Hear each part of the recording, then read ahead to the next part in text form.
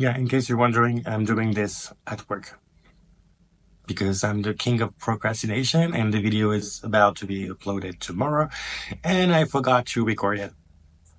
So, This video is meant for adult doll collector. If you're under 18 years old, get the hell out of here.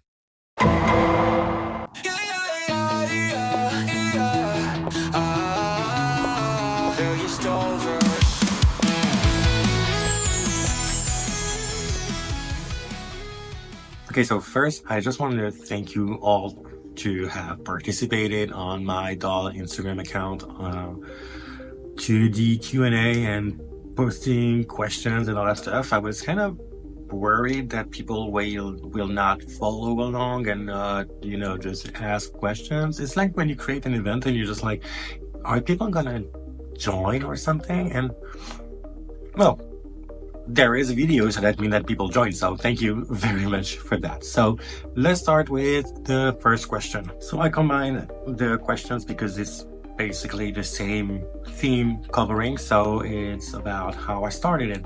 So I grew up with dolls basically, and my mom was never the kind of person thinking that I have a little boy, so he's not supposed to play with dolls.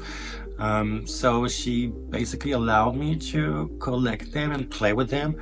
I was more of a Disney princess fan when I was a kid, not really into Barbie. I had some, I think, but mainly the one I remember the most was the Pocahontas doll. That was just my favorite dolls, and I remember that I cut her hair and like a bob, but like a bob made by a 6 years old kid, so it's not like it's avant-garde, darling. So I remember that I just cut them and I was so mad because I just fucked up and I just removed all the hair.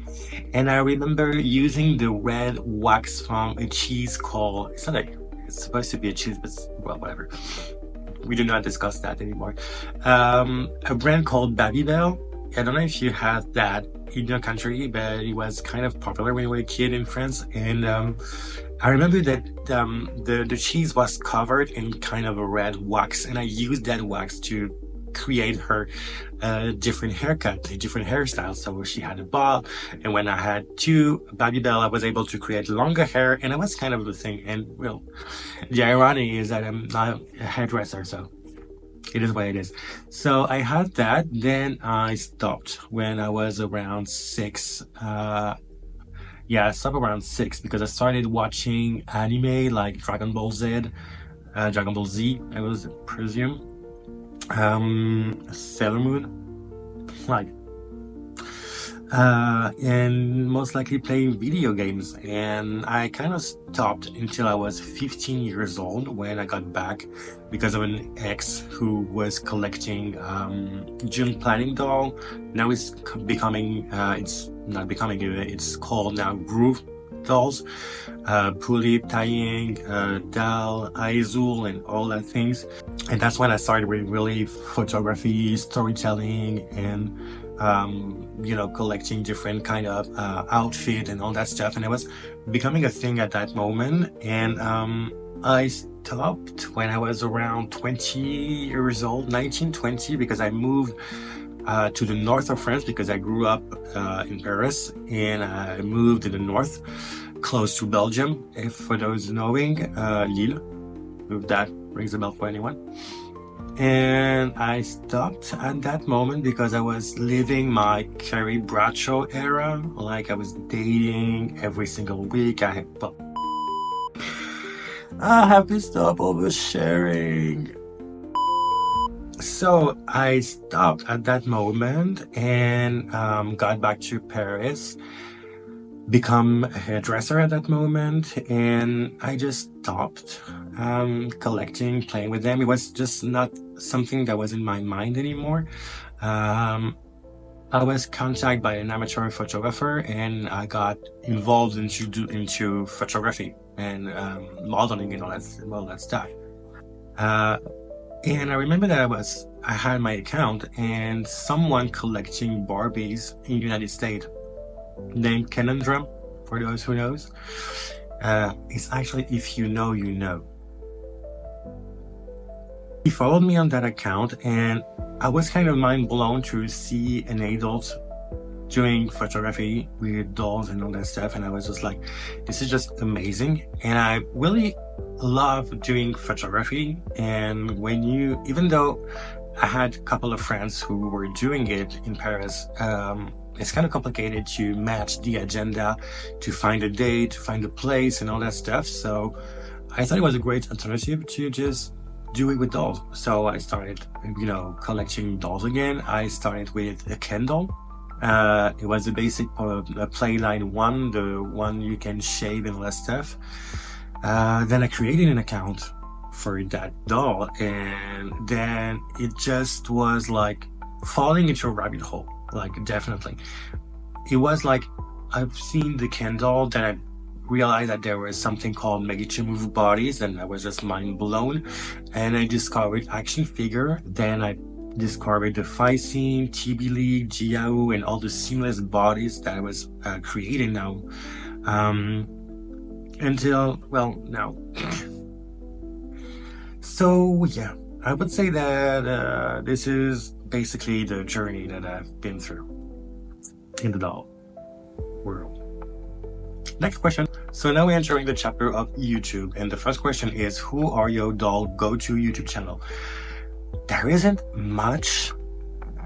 I feel like I'm being shady, but the thing is that, okay, here's the thing. I'm just gonna. The kind of YouTube video that I see in the YouTube game is mainly, especially nowadays, and I don't think that I'm the only one feeling this, but if you're a Miniverse collector, or you love Miniverse, then you have plenty of content nowadays. It's like it becoming a thing, and I'm not being shady about that, and I'm not being jealous or mad or whatever you want to think. It's just that it's not my kind of thing, because, well, Miniverse is kind of a blind box, so you never know which one you're gonna have. I love watching videos to know if it's gonna be like doll size or that kind of stuff. But I'm kind of missing having more people who are sharing tips and tricks about doll photography, what they use, how they use it, and all that stuff. I'm missing more of diorama setup, but not like only focusing on creating a great apartment and fancy apartment. I was talking about that with a friend of mine, Kay, for coming here, because he have like what is the name? Integrity Toys dolls, and his dioramas is so amazing. It's fancy, it's chic, it's couture, it's whatever you want to call it. It's just fancy. And in my case scenario, when I'm creating a doll photo story, when I'm having a character in mind, it's not gonna be like a fancy character. He's not gonna be someone who is making a good living something, He or she, my dolls are basically like regular people struggling with finances, even though I don't talk about that much because it's triggering. But I don't want something that is screaming fancy. It's not my cup of tea. I like watching it, no shade, I love watching it, but I just feel like it's not my thing in a way to create for my own. I don't visualize or project my dolls to be in that kind of environment, so I'm missing that kind of content in a way. So it's kind of hard to say what are my go-to when it comes to YouTube channel. I would say my frog stuff, of course, because she's here for like over a decade now, posting at least 3 videos, maybe more in a week. Like, I don't know, and I'm just feeling like this, even she is kind of reminding me to just slow down, in a way that she have over 3 million subscribers to her YouTube channel, and you can see that when you watch her videos, the one that makes the more views are the one when she's using like Miniverse content. There is Golden Boy, who is actually having a YouTube channel when he is only focusing on Miniverse, and you can see that the ratio of the views is not the same of someone who have been here for a decade. So it's just something that is kind of triggering to me, and not me thinking right now, what was the question again? But yeah, my go-to channel will be the channel that will be focusing on doll photography tips, tricks, dioramas, and crafting stuff and other things. So definitely my Fergus stuff is a go-to. Vasco toys, even if it's 1/12 scales, you can still like double the scale and make it a 1/6 scale. He makes incredible dioramas, and it's just fantastic to see that. Oh fuck, I forgot his name. Hold on. Euler's Workshop. His name is Euler Workshop. And I love his content for two reasons. First one, because he is really cool. The second reason why I love his content is that he also have like videos he posted is actually lives. So you can see how much time it actually took him to create a dioramas, and that's just mind-blowing. And he creates different type of dioramas, and I just love it. He is funny, he is cute, so it's my go-to. One of the other go-to I will say is Too Hunky Toys. I really love his content for two reasons. Once, because he is covering all Mattel, even though he also have a channel for basically focusing on dioramas and all that stuff. But he's focusing about that, and also because, well, there is more than two reasons. There's also the fact that he have been reviewing a lot of Chelsea dolls, doll line, playset, and all that stuff, and those are kind of rare in the YouTube game when you take a look at it. I was doing some research, and there isn't that much people doing content when it comes to Chelsea dolls, which is kind of weird in my opinion, but it is what it is. So there's that, and there's also the fact that he's super hot. like I got triggered once because he had like a video with fuck's sake, the mermaid dolls, and he was shirtless on the miniature, and I didn't even was interested in the mermaid, the Dreamtopia mermaid of Mattel, but I clicked on it because I thought maybe he is gonna be shirtless and swimming, and that's gonna be fun to watch. So Too Hunky Toys. There is also the Doll Daddy. He is really awesome, but for a different reason. Is that he's doing reviews and most likely focusing on Mattel, MGA, different kind of fashion dolls, and he have an obsession on Ariel, the mermaid. But I like the fact that he is being authentic. I don't like saying authentic in a way that is becoming shady towards all the people who are doing doll content, but the fact that he say fuck, to me says a lot. Because it's kind of, he talked about it on the video, but the fact that many doll content creators are trying to be like sort of family friendly type of content, because they want to reach more people, which I can totally understand, and they also don't want to have PA of Mattel, MGA maybe, who might want to reach out to them in order to make a review for dolls and something in partnership and whatever.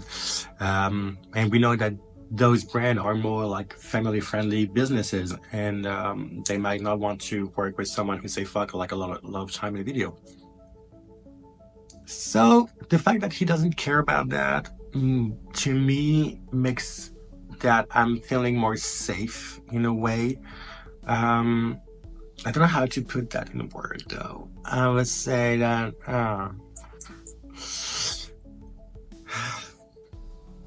it just feels like I'm watching someone, not through a screen, but like it could be possible that we are just like in a coffee shop discussing, you know, like a bar, and that's more my kind of content. Oh, there is Zombie something too. Oh fuck, what's his name again? Zombie.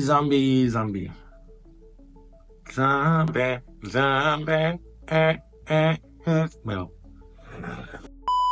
so he got also he's doing a lot of reroots, repaints, and all that thing, and I just love the fact that he is just hilarious. That is super dark humor, but I love it, you know. There is also Delightful Doll that I kind of like. she really have like content that is really cute, and it's really pastel and cute, and she have a doll photo story, not a doll photo story actually, like a doll stop motion series, not stop motion, but you know what I mean if you know what I mean. I like her content quite a lot. I like the fact that she has been really popular without actually having to show her face, and I love that. There's also Stevie Moon Universe. If you speak French, is a must see and a go-to. He do doll reviews, and what I like about his content is that he do review of dolls that are like mainstream dolls, but also sort of kind of hidden gems kind of doll. I've discovered many brands that I never heard of, and it's really, really kind of nice. So it's a go-to too. The junk drawer. What's the name of the Pokemon who do that? Is that Psychopath? Oh fuck, I forgot that the French words is different from the other country. There is a pink one who have that kind of, and I love that one, by the way. And there's also the duck one. My brain is doing things and I just can't control it. Okay? So the struggle is real for you and for me, just so you know. So the joint drawer, and mainly because he's focusing on male doll, and I kind of like that because it's not focusing on more specifically Ken dolls, but more of like the large spectrum when it comes to male dolls. So it will be my go-to when it comes to male doll collecting. You know what? I'm just gonna put every other in the description channel that I got inspired to. Oh yeah, the doll circle. The doll circle is actually one of my go-to as well. I love the content. I love the content. Let's say, just say it that way. Even now, I'm not gonna be shady. I zip it. Slide into my DM, but right now I'm gonna zip it. So next question. So what are your dream goals for the channel? I don't have actually a dream goal. Maybe one dream goal is consistent. If you're from French, you remember the song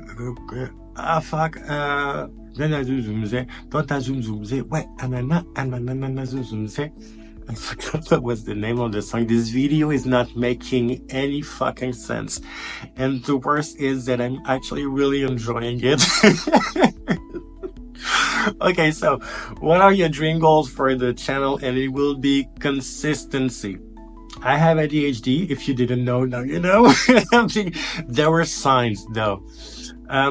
But yeah, I don't have any goal except that one, because my brain is kind of having this habit to just jump from project to another. And collecting project is another thing that I like to collect, even though this one is not consented, if that makes sense. So this will be actually my main goal. And the other one is kind of sad, but make friends. Okay, long story short, I just moved, it's been 3 years. So I moved to another city in France, and it's close to Germany. So I live in Germany and I work in France. That makes sense. So I don't have any friends here. Like, I have a lot of friends on Instagram that I can see around the world. Like, there is a friend in the UK, United Kingdom. There is a friend in Finland, and it's not actually a friend, it's a soul sister. Living in Finland, I have friends in Germany too, but it's not in the same area of Germany. And I have many friends like around the world, and like physically, I don't have nearby friends. So another goal that I will have, when is my voice becoming like that? One of the dreams that I will have is to actually create sort of, not like creating community, because I hate those YouTubers saying, oh, my community and I, fuck you. But more like feeling like I am part of something and I can share that with people nearby, if that makes sense. Well, it is what it is. Okay, so that's one on the YouTube. It's not actually a question, but just thank you for those. It really means a lot. So thank you. So now it's gonna be focusing on project and crafting, and me as a So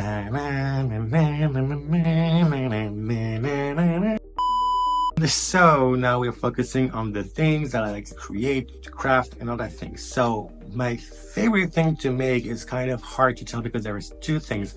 The first one is going to be dioramas that I really love to create, and the second one will be head sculpt, and especially face expression when it comes to face sculpt. So that will be my two favorite thing to create. Favorite material to work with. This one is kind of complicated because there is many. I would say my Dremel. Dremel. This thing. It's actually my favorite thing to work with. It's so useful. There is many different heads to go with it, so you can, cut board. You can smooth surfaces. You can make holes and all that things, and I'm gay, so I love to make holes. But yeah, my Dremel will be my go-to. But on the top list, like if I have to make a podium, the Dremel will be first. The second one, the question is favorite material to work with, not favorite tools to use. Impulsivity is kind of a syndrome of ADHD. If you didn't know, now you know, and you're welcome for that information. But I'm gonna keep going. I just started. So the podium will be so my first one will be Dremel, my second one will be my hot glue gun, and the last one, oh fuck, I have brushes and paint too though. It's too hard, and it wasn't the question. So you know what? Let's move on. Favorite material to work with will definitely be not foam board. I kind of have difficulty with foam board. I know that people love to use it, but every time that I use it, it kind of bends. Even though Dark Shadows, if you haven't heard episode on the podcast Chip Chat Show, well, she gave an advice about that, but I'm too lazy, and I kind of like more poly extruded foam board. That will be my favorite material to work with. What's a skill you don't have yet that you wish you had? I love the fact that that person mentioned the skills that I don't have yet. And it's quite on point. It will be sewing. That is a skill that I really would love to have. But I don't. But I kind of, I will not answer that now. I will answer that later on because there is another question related to that one. So, favorite crafting tools. It was there. Oh my god. So yeah, the Dremel, the hot glue gun, and the paint brushes and all that stuff. And my airbrush. Yeah, my airbrush too. Those will be my favorite crafting tools for sure. So what 3D printer do you use and do you like it? So I'm using the Anycubic Phantomono 2, I think it is. This one. It kind of took me a while to actually be able to use it properly. It do the job. You really can do many things with that, especially if you're working in 1/12 scales and 1/6 scales, even though you might have to slice it because it's kind of a compact one. Like, I don't know why I'm doing this. You don't even know it's a scale. But yeah, it's kind of a practical one. You can do many stuff if you're doing miniature with it. So it will definitely be my go-to, and it's a resin printer. I forgot to mention that. It's not a filament printer, and now I kind of want a filament printer. Maybe one day. So any project, yay. I told you, I collect projects. It's kind of my thing now. So yeah, I've done an interview with Kenzie from Brotto. It sounds like Italian, and I just hope that I'm not mispronouncing it. So yeah, I was doing an interview with her, and I was like, I kind of wanted to try doing stop motion. So I have this, I got it here. Don't pay attention, he lost an arm because I broke it, but I have a second one, so. And I wanted to do stop motion with that body, so I will have to try to get into sewing because this body doesn't have that much clothes that fit this size, because it's kind of like, it's a bit taller than a Chelsea doll, but it's larger than a Chelsea doll, for example. And It's a kid body. It's from Mr. Z, if you want to know, by the way. And I've made some new, of course, new heads. And this guy here is, I don't know, yeah. Do I really need to do that?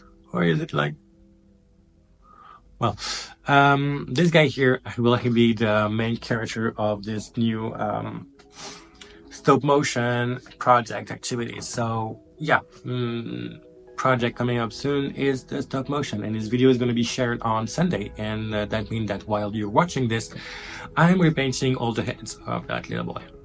Oh, last one, I forgot this one. Last one of the crafting questions, and it is, do you accept commission? And the answer is no. I kind of have the imposter syndrome, like I feel like I'm being a fraud. So I just don't feel legitimate to actually accept any type of commission, whether it's gonna be 3D modeling, 3D painting, 3D printing, or repaint or reroot or whatever. It will just give me a little bit more anxiety and stress because of the deadlines, because of the quality, and having the imposter syndrome is, if I fucked up one of my pieces, I don't give, like, I'm mad, of course, and I will be just, spiraling into like, you're a fraud, you're a piece of shit, you don't worth anything, people don't like you, your mom don't even like you, which is wrong, but so this is one of the reasons why I don't accept commission. So no, don't do that. Okay, so doll related questions, and the first one is, which solo public doll photo shoot are you most proud of? There is not that much, I would say. But the one that I'm pretty proud of is gonna be the Barbie the movie dolls that I had. And I took some photos in Paris, and I'm pretty much, if I have to just spot one photo shoot, solo public photo shoot, it will be this one. I kind of like the photos though. Who is your favorite dolls? And that's another question that is kind of triggering. I don't know. I would say that I do love all my dolls differently. Like, let me put that in a perfect way. Mom. I'm their mother. So I have many kids and I love them equally differently. So I don't have a favorite one. I will have a favorite one for like focusing on the new doll. The newest one, the latest one that I have will be definitely my the one that I will be focusing more on. But I will not call it favorite one. If you could only keep one doll, who would it be? Yeah. If you're from Germany, yeah. If I could only keep one,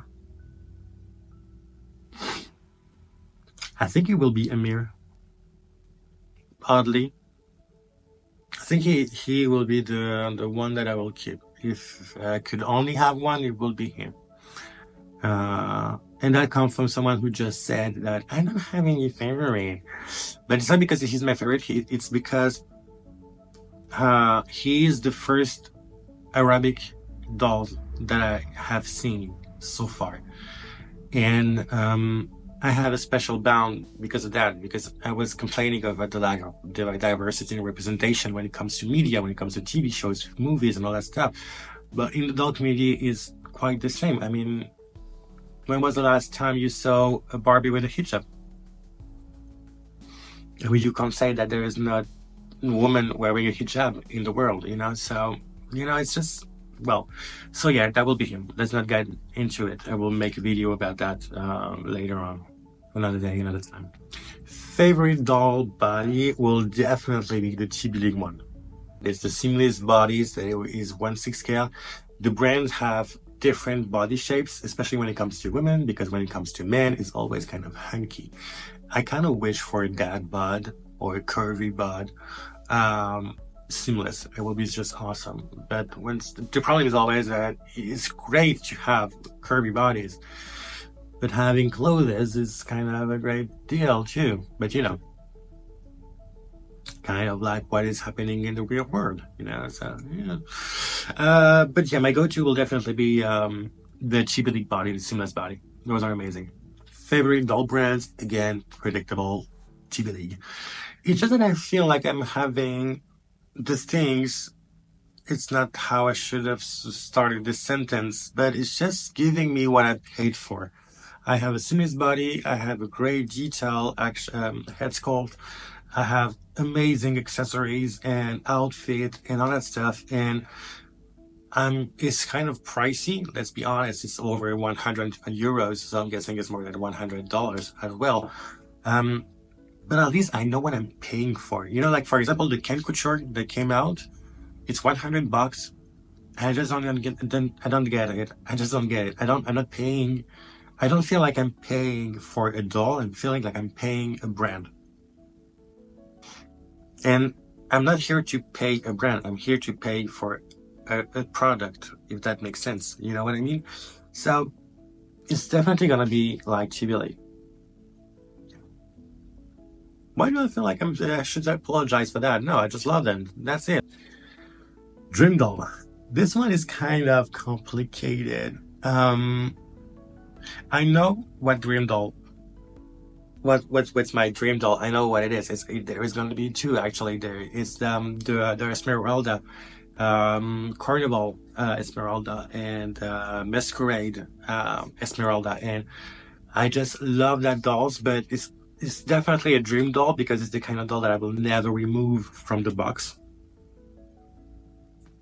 And I'm not that kind of collector. I don't collect dolls in order to not doing photos with it. As I said at the beginning of the video, I wanted to do photography, and dolls are my models, so I need them out of the box, and I need them with articulation. This is why I like Chibi League more. But the Esmeralda one, they're just beautiful. I just love this character of Disney. She's probably my favorite character in all the Disney universe. But I will not be able to remove her from the box, and that will be kind of a frustration to not being able to do that. So yeah, she is my dream doll, but you know, it's not the dream that I'm planning to actually check. Let's go with check. Do you incorporate your job into your artistic hobby? Hobby. It sounds like Habibi, which is cute, right? Habibi means my heart, for example. Like it's kind of an affectuous. No, it's not a word in English. It's kind of a sweet nickname you give to your partner, or your kid, or you know, someone you love, basically. How did I get there? So no, I do not incorporate my job in my hobby. I tried once and it just felt wrong for me. I love my job. No shade to my job. I love you. But it's just that it's my hobby. I don't like combining them in the same level, in the same, like when I'm out of this hair salon, I'm just doing my craft and my doll things and my hobby and all that stuff, but I like to keep them separate, if that makes sense. Like, so no, the answer is, it's a simple answer. I should have started with that simple answer, and the simple answer is no, I don't. That's just rude to say that way, but no, I don't. I just feel like it should be dissociated, and it gives me less anxiety to do that. So, who inspires you, and what's the biggest inspiration? This one is kind of, I'm having like a blur, like a cloud in my brain going on.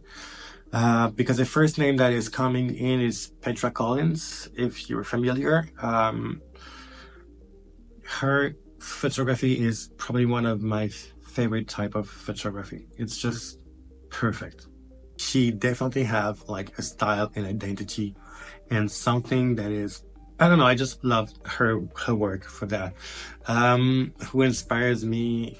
Oh, let's do it by category, okay? So photography will be Petra Collins. When it comes to character creation, it's definitely Aurora from Aurora from Once Upon a Time in Finland, and it's on Instagram. She made characters that feels like you know them, like they're real. Like the way they speak, the way she poses them, the way they react, and the way they act. It's just, she is just a great inspiration for that, in my opinion, when it comes to character creations. When it comes to dioramas, there is three person that comes in my mind, which will be 1/6 scale various stories, who have incredible dioramas, and he have this kind of ideas to mix and match different walls and furniture, and using the same but placing them differently so that it just appear like in new places, and his setup is just amazing. And same from Steffi from Piers 56, who have incredible and incredibly detailed dioramas, knowing that it's happening, the story is happening like in the 80s.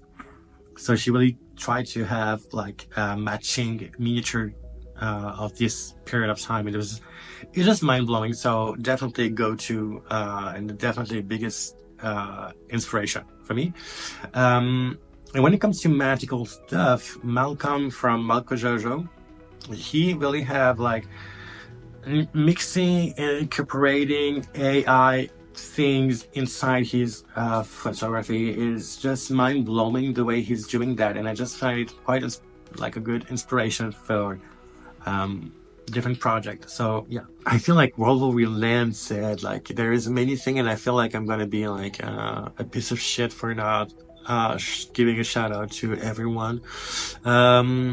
House of K have incredible outfits, and it's kind of an inspiration also as well when it comes to creating outfit for the dolls and matching pieces to make them look like, you know, like they're dressed up correctly and not like they dressed up in the dark room. So it is what it is. I'm writing out an inspiration at that moment. So, but you know, the people that I share content on my story on Instagram are the people that I found inspirational. So go check that out if you want more of that. Why it felt like a passive aggressive answer. I'm sorry if I hurt your feeling. I love you. Dream job. And this is kind of the latest